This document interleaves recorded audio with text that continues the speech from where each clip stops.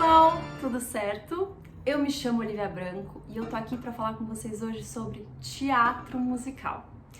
Hoje a gente vai falar sobre coreografia residente, né? O que será que é isso? E quais são as funções, né, que a gente precisa para desenvolver esse papel dentro de uma estrutura de teatro musical. Mas primeiro eu vou contar para vocês quem sou eu e o que eu fiz até agora, né? Para poder estar aqui falando com vocês em relação a isso. Eu me chamo Olivia Branco, eu sou formada em dança, né? Comecei dançando balé clássico desde criança. Na hora ali da faculdade, fui fazer faculdade de dança na Unicamp. Estudei lá durante 5 anos, fiz bacharelado e licenciatura. No balé eu sou formada pela Royal de Londres e também tive contato com outras formas de dança, então fiz jazz, fiz dança do ventre, enfim, todas essas coisas. E depois disso, né, dancei também numa companhia de dança contemporânea. E aí depois disso eu comecei a me interessar por musical. Estudei na Escola de Artes Operária, fiz 2 montagens deles. Também estudei teatro no Núcleo Experimental de Artes Cênicas do SESI, ali no ano de 2008 e 2009. E em 2010 eu fiz o meu primeiro musical, fiz Cats. E no Cats eu era pit singer, que são cantores de cabine, cantores que ficam fora para dar um suporte ali pro coro. E também era sub, né, cobertura, né, cobria alguns personagens, a Grisabella, que é a personagem principal, e a Jenny Dodds, que é a gata sapateadora. Então eu entrava quando essas pessoas não podiam fazer o show, ou tinham algum compromisso, ou estavam doentes, alguma coisa assim. Depois do Cats eu fiz Evita, depois eu fiz Fame, onde no Evita eu era ensemble, no Fame eu era ensemble e cover de 3 personagens. Depois eu fiz Jesus Cristo Superstar, onde eu era ensemble e cover de Maria Madalena. Depois eu fiz Se Eu Fosse Você, o musical, que é um musical brasileiro, a temporada aqui de São Paulo, onde eu era ensemble e cover também de uma das personagens.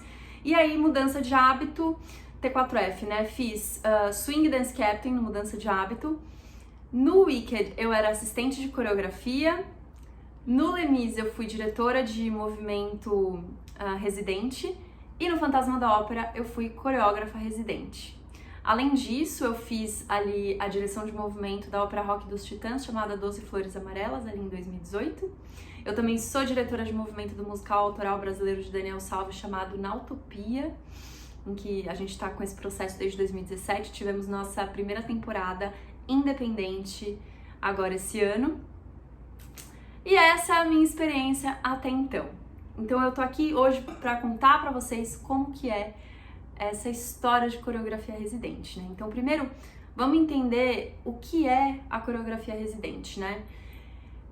Quando a gente tem musicais que vêm de fora do país, né?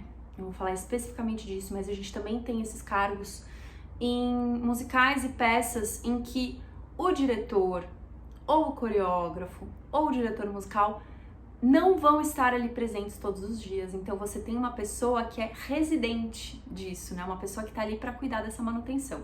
Em shows muito grandes, a gente precisa desse olhar ali diariamente, né? Então, porque a gente tem toda uma combinação de coisas, né? Não é só a parte de coreografia e tudo.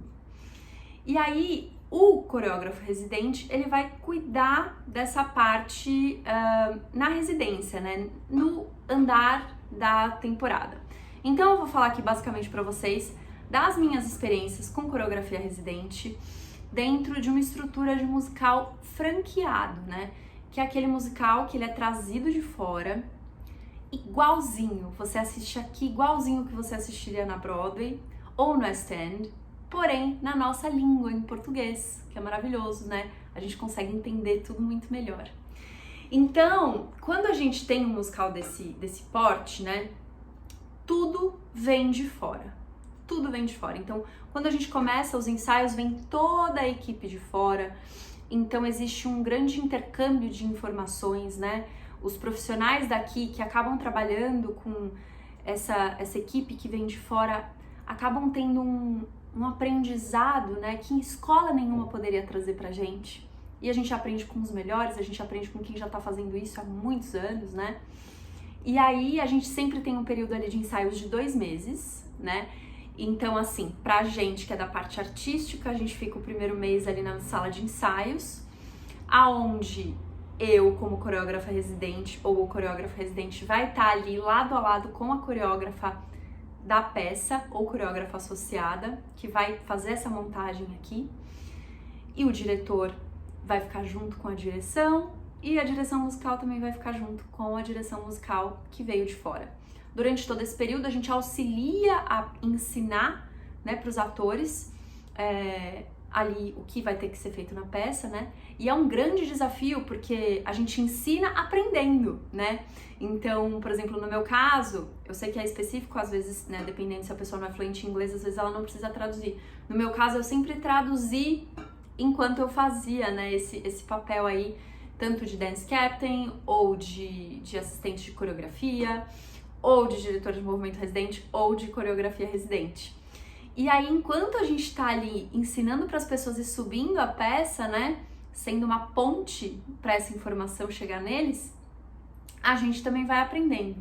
Então, durante os ensaios, a gente colabora dessa forma, né, a gente tá ali nos ensaios todos os dias, organizando tudo, ajudando a subir a peça. Esse primeiro mês, normalmente, ele é feito dentro da sala de ensaios. No segundo mês, a gente vai para o teatro. E aí começam os ensaios técnicos. E aí logo a gente estreia, né? A gente começa a fazer ensaio com figurino, com luz, com todas as automações. E a gente começa a entender tudo. É bastante trabalho nesse período, né? Mas você se engana se você pensa que o nosso trabalho é apenas esse. Quando estreia é que começa realmente o trabalho de residência, né? Porque a gente vai ser responsável pela manutenção do show. Então, a gente é responsável por manter o show com a qualidade com que ele foi montado, né? A qualidade de que é a mesma se você for assistir na Broadway ou se você for assistir lá no West End. E a gente também tem o dever, né, e a responsabilidade de preparar os substitutos, os covers, né, e os swings. Os swings são atores que ficam de fora e eles entram para substituir os personagens de coro, né, do ensemble. Então eles têm que saber todos os plots femininos e masculinos desse ensemble. Então, uma vez que a gente estreia, a gente começa com esse trabalho de manutenção. Então, vamos primeiro falar sobre o trabalho de manutenção. O que implica nesse trabalho de manutenção? A gente está no teatro todos os dias, né? A gente chega junto com os atores e a gente tá lá para manter o show rolando. Então, vamos lá para o que significa isso. Isso significa assistir a peça algumas vezes por semana. Muitas vezes, dependendo da equipe, a equipe te fala quantas vezes eles querem que você assista, porque também tem uma coisa de você não viciar o seu olhar, você tem que manter fresco na sua memória o que era, né, o correto, o que era o que eles deixaram ali pronto, né, pra daí você poder dar os seus apontamentos, né. Então não é legal assistir todos os dias, muitas vezes a gente tá no teatro, mas a gente tá lá no subsolo, né, nos camarins, enfim, acompanhando o que tá acontecendo, óbvio, para apagar qualquer incêndio necessário, mas tendo outras funções que eu já vou falar com vocês sobre elas. Então, nessa da manutenção, a gente assiste e dá apontamentos pros atores, né, de errinhos, confusões, etc., posição de palco e tudo, né. Muitas vezes, dependendo da peça, né, por exemplo, o Les Mis, ele não tem números de dança, né, mas o Les Mis, ele é um musical inteiramente coreografado, né, e o Fantasma da Ópera também tem muita dança, mas existem cenas que não, teoricamente, você olha e fala, é dança, mas ela tá na mão do coreógrafo residente, né, porque tem uma coreografia ali, né, na cena. Então, a gente sempre assiste a peça. No dia seguinte, antes da sessão, a gente tem uma reunião com o elenco em que a gente passa essas notas, a gente vai falar para eles, olha, aqui lembra que aqui você tem que estar mais ou menos na régua, né, no número 3 e não no 2, aqui esse movimento, enfim, a gente vai corrigindo as coisas do que é possível corrigir falando e aí a gente assiste novamente para ver se essa nota foi cumprida. Muitas vezes a gente faz ensaios de manutenção pelo menos uma vez na semana, né, dependendo da demanda do musical, né? Porque existem coisas que a gente consegue resolver falando com os atores, mas existem coisas que a gente precisa resolver fazendo mesmo no corpo. Então, muitas vezes, quintas e sextas são dias em que a gente tem que estar ali dando esse ensaio, né, de manutenção para corrigir alguma coisa. Além disso, dessas duas coisas que são óbvias na manutenção, né, tem uma outra questão na manutenção que é, muitas vezes a gente tem substituições, né, no show. E quem vai decidir ali, né, como que vai ser, como que vai fazer, quem vai entrar, sempre é ali uma conversa entre as direções residentes, né, musical, cênica e coreográfica, né, de movimento. E muitas vezes acontece também da gente ter mais gente fora da cena do que gente que a gente tem para substituir. Então a gente tem que fazer os conhecidíssimos split tracks. Então o split track é quando você tem que dividir entre outros atores ações de um personagem dentro daquela peça. Então deixa eu dar um exemplo para vocês aqui, para vocês entenderem. Faz de conta que eu tenho 2 swings. Isso nunca acontece, tá? Eu tô falando isso só pra facilitar pra vocês. Tenho 2 swings, mas eu tenho 3 pessoas fora de cena. Então essa matemática não fecha, né? 3 e 2. Eu vou pôr 2 aqui e vai ficar faltando 1. Então o que eu vou fazer? Eu, como coreógrafa residente, na maioria das vezes é a parte de movimento que entende isso, né? O que vai ser melhor fazer nesse split. Você vai definir qual vai ser o plot. Plot é o papel dessa pessoa do ensemble, o personagem, o trajeto dessa pessoa dentro da peça. Qual desses plots, desses 3 plots, vai ser suprimido? E aí, quando você decide isso, você pega as ações extremamente necessárias desse plot que vai ser suprimido e distribui entre as outras 2 pessoas. Então, se essa pessoa põe objeto em cena, tira objeto de cena, tem interação com algum personagem que seja importante, a gente redistribui entre os 2 swings que estão entrando nesses outros 2 plots, que não necessariamente fariam isso. E também, muitas vezes, a gente precisa contar com o elenco também. Então, rola esse trabalho mental de você olhar para a situação e conseguir resolver. Muitas vezes você sabe com antecedência, né? E aí você faz um mapa em relação a isso, de posições, faz uma reunião com o elenco, explica para eles quem que vai fazer o quê, né? Em que momento. Mas muitas vezes você precisa fazer isso 5 minutos antes da peça, às vezes você precisa fazer isso durante a peça. Então é por isso que é necessário que o residente esteja, né, no prédio, né, durante ali a sessão, né, porque qualquer problema a gente consegue resolver em cima da hora. Além disso, né, a gente tem também a questão dos mapas de palco, que apenas uma das vezes desses trabalhos que eu tive, o mapa já veio de fora. Então, porque a formação vai ser a mesma, né? A questão é que as pessoas vão ser outras, porque são as nossas pessoas daqui. Mas muitas vezes é a gente que faz esse mapa, né? Na grande maioria das vezes, eu vou dizer 90% das vezes. Então, muitas vezes quando você tá ali, né, no prédio e não assistindo a peça, você tá fazendo um mapa, você tá estabelecendo o que vai ser ensaiado na semana seguinte. Você às vezes está até fazendo um trabalho ali com um sub que não está em cena, né? Um trabalho de ator ou qualquer coisa do tipo. E aí, além dessa parte toda aí de manutenção, dentro da manutenção tem o treinamento dos substitutos. Então a gente precisa fazer um cronograma, né? Porque os substitutos, eles começam a ser realmente ensaiados a partir da estreia. Até a estreia, esses substitutos, eles estão ali assistindo os ensaios, né?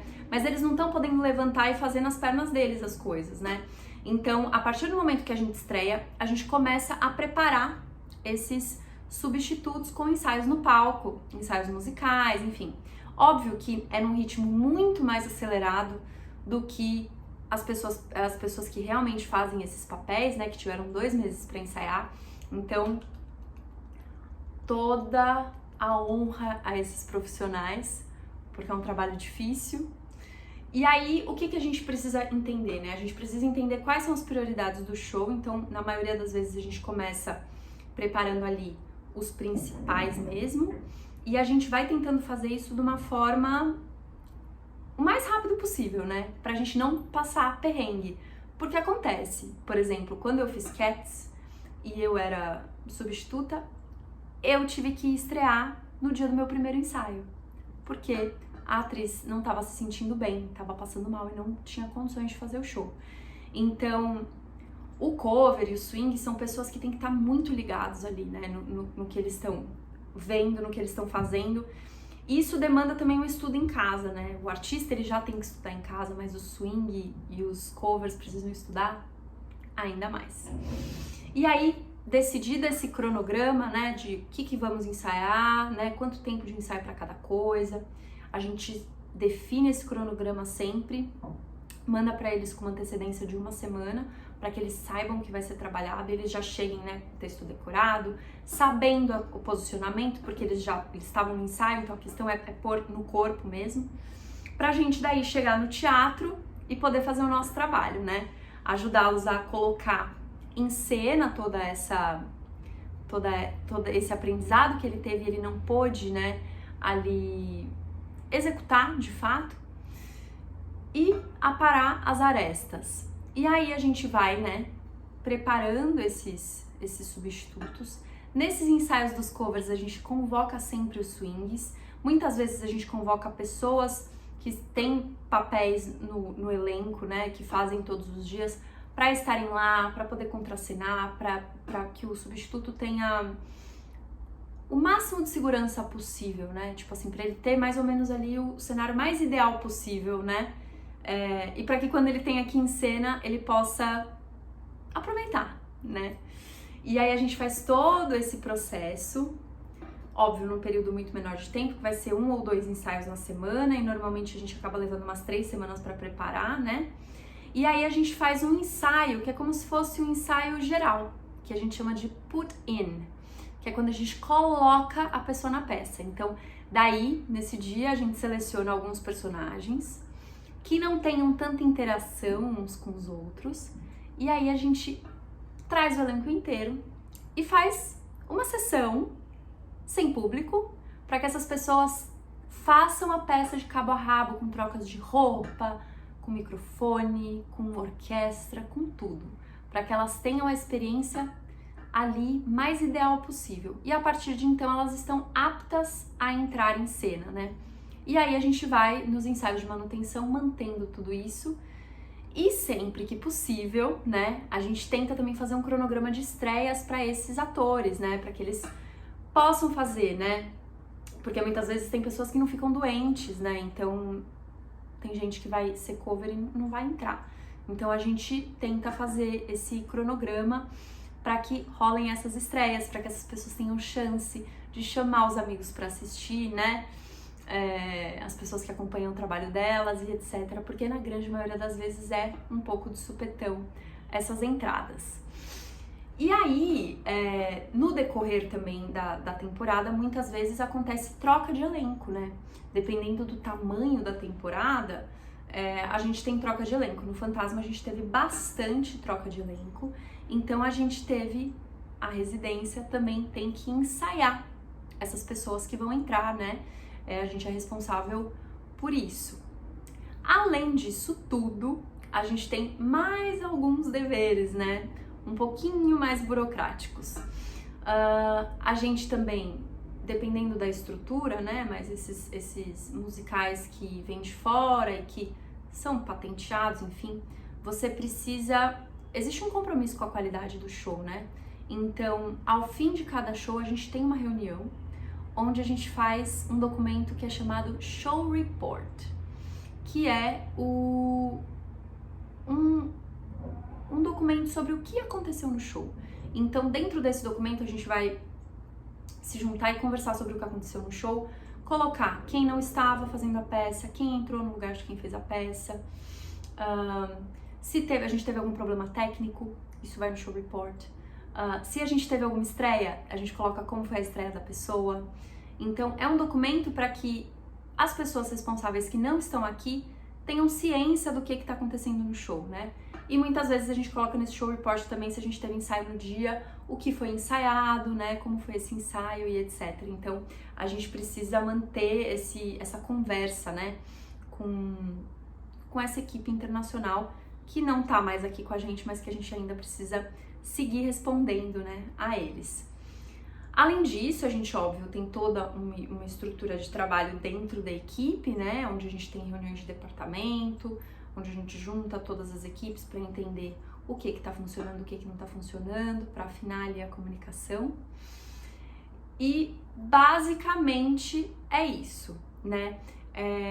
Muitas vezes, assim, a gente entra numa temporada e a gente tem a ideia de que, nossa, né, eles fazem todos os dias, eles não precisam ensaiar, mas a gente precisa, né, realmente ter esse olhar de fora para que tenha uma guiança ali dentro, né, e para que a gente não que alguém erre deliberadamente, mas aos poucos o nosso corpo, a gente vai se encontrando formas mais confortáveis de fazer as coisas e não necessariamente isso traz para o público, né, o que é necessário ser trazido, né, ali da mensagem da peça e etc.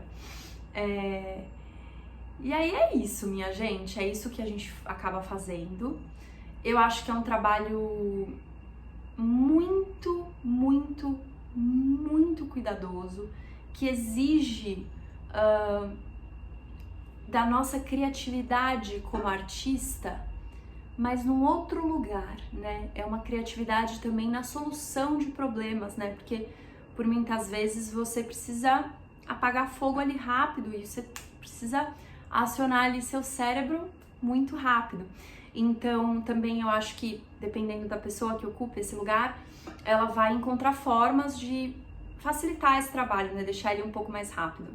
Então, eu vou dividir aqui com vocês algumas coisas que eu faço que me auxiliam muito, né? Então, o que me auxilia muito nesse lugar ali, como isso eu trago da minha experiência como cover e como swing, né? Que eu acho que tudo acaba se complementando. Eu sempre, né, depois de aprender a peça inteira, entender como é tudo, ter os mapas e etc., eu sempre faço uma tabela com os objetos e as interações que cada um da peça, cada ator, principal, coro, o que seja, que cada um tem. Então eu faço essa tabela com os nomes dos atores e aí as cenas e vou colocando lá. Porque pela minha experiência, quando a gente tem alguma coisa que acontece muito de emergência, a gente entra, né, nesse modo de solução de problemas e por muitas vezes a gente acaba deixando passar alguma coisa. E a minha missão como coreógrafa residente, né, como diretora de movimento residente, é não deixar nenhum erro acontecer, né, enquanto eu estiver ali supervisionando.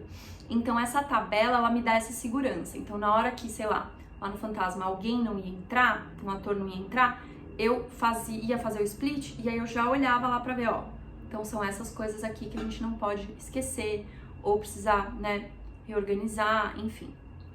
Uma outra coisa que eu faço também é adiantar, por exemplo, no Fantasma da Ópera, em que a gente tem muitos números de dança, né?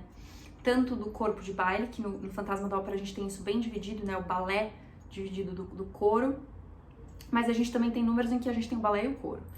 Então, nos números do balé, que são números mais quadradinhos de dança, né? O que eu fiz? Eu já fiz uma tabela, né? Mapas específicos, pensando se tal bailarina estiver fora. Então eu tinha um mapa de todas as coreografias, já como que tinha que fazer. Porque tem algumas que não dá pra você deixar um buraco, né? Então a gente já tinha tudo isso feito. De todas as bailarinas, ao todo a gente tinha 10 bailarinos no Fantasma. Então a gente tinha ali, tirando os 3 meninos, então a gente tinha ali umas 6 formas, né, diferentes de fazer esses números de dança.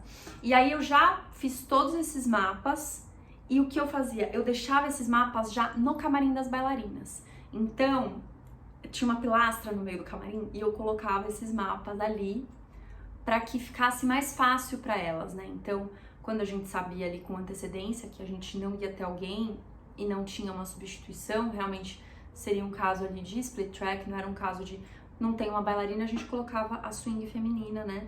Que fazia essas coberturas de balé. Mas às vezes a gente não tinha 2 bailarinas e aí a gente só tinha uma swing. Então eu ia lá, me reunia com elas, mas elas já estavam familiarizadas, né, com esse mapa. Então elas já estavam ali sabendo como tinha que ser feito, né? Eu acho que também é necessário o estudo constante, né? Então eu gosto sempre de ter um vídeo da estreia, dos ensaios, porque por mais que a gente seja responsável pela manutenção, né? Com o tempo, o elenco também vai entrando nessa zona de conforto que eu falei, mas a gente também, em direção, acaba entrando. Então é bastante importante que a gente sempre volte, né? Volte para aquele lugar, vamos olhar, porque tem coisas que quando a gente vai fazendo, vai melhorando, né? Quanto mais a gente repete, melhor fica. Mas tem coisas que lá no início estavam mais do jeito certinho de fazer. E então isso também é uma coisa que eu gosto muito de fazer, eu acho que isso auxilia bastante. Além de revisitar as anotações e gravações que eu tenho de período de ensaio. E uma coisa que também acontece, principalmente quando a temporada é mais longa, é a gente ter de volta a visita dos criativos internacionais. Então, os criativos internacionais, eles vêm pra ver se o show tá do jeito que eles deixaram, né? E aí darem o toque deles quando eles vêm, né? Eu tive experiência de equipe internacional voltar só no Fantasma da Ópera e no Cats. No Cats eu não desempenhava esse papel, mas eu era sub e a gente teve a equipe internacional veio porque quando a gente foi mudar para a temporada do Rio de Janeiro, em que iam ter ensaios e tal, então eles vieram novamente. E no Fantasma da Ópera a gente teve o diretor de cena veio 2 vezes depois da estreia e a nossa coreógrafa maravilhosa, Dani Barry, veio uma vez, mais ou menos em torno de quase 1 ano após a gente ter estreado a peça, né? E aí é muito legal, porque eles vêm muitas vezes, né, assim como no caso, como foi comigo no caso do Fantasma, né? O trabalho estava feito, né? Então ela não tinha coisas para corrigir, mas ela veio e pôs outra camada de informação, né? Então foi uma semana bem produtiva de ensaios pra gente, né? Muitas vezes também a gente, como residente, a gente tem que falar sobre, né, ou dar entrevista, alguma coisa assim, ou fazer algum tipo de vídeo ali, né, explicando o que é, né? Que mais que eu posso dizer pra vocês? A gente também tem o aquecimento do elenco, né? Aqui no Brasil, o aquecimento sempre é dado dentro do teatro. Fora do país, normalmente as pessoas têm a responsabilidade de se aquecerem sozinhas. E aí, normalmente, a pessoa que é responsável por esse aquecimento do elenco como um todo é o dance captain, né? Então, o balé se juntava e fazia uma aula de balé sempre antes. E aí, nisso, eu até fazia aula junto com eles, inclusive. Eles se organizavam para cada um dar uma aulinha cada dia, só uma barra de balé para aquecer o corpo. Mas o dance captain também tinha que dar o aquecimento pro elenco em geral, né? E além disso, a gente tem a fisioterapia que sempre dá indicações pra gente, né, de como seria melhor preparar o corpo desses atores pra cena. Eles assistem e aí eles vão dizer, olha, eles precisam treinar mais isso aqui, fazer esse tipo de exercício e etc. Mas é basicamente isso, minha gente. Seguinte, eu vou deixar aqui na descrição desse vídeo vários vídeos para vocês verem de coisas que eu já fiz, né? Tanto como performer, quanto como direção. E se vocês tiverem qualquer dúvida, pode deixar aqui nos comentários ou pode me chamar no Instagram, @oliviabranco, que eu sou toda ouvidos para responder as questões de vocês, porque realmente, assim, não existe da forma que existe a escola, né, de teatro musical. Nessa escola de teatro musical a gente acaba aprendendo como ser um performer, né, mas a gente não tem uma escola de direção, né, direção residente para teatro musical, de coreografia residente para teatro musical. E eu acredito que com essa experiência toda que eu tenho, eu consigo dizer o que é necessário para, como isso pode ajudar, né? Como, né, eu posso ajudar vocês a entenderem essa função que fica escondidinha, mas que é tão importante, um pouquinho melhor, tá bom? Então, esse vídeo aqui, essa aula, é oferecida pelo PROAC 2021. Espero que vocês tenham gostado. Compartilhem com os amigos. E é isso, meu povo. Um beijo.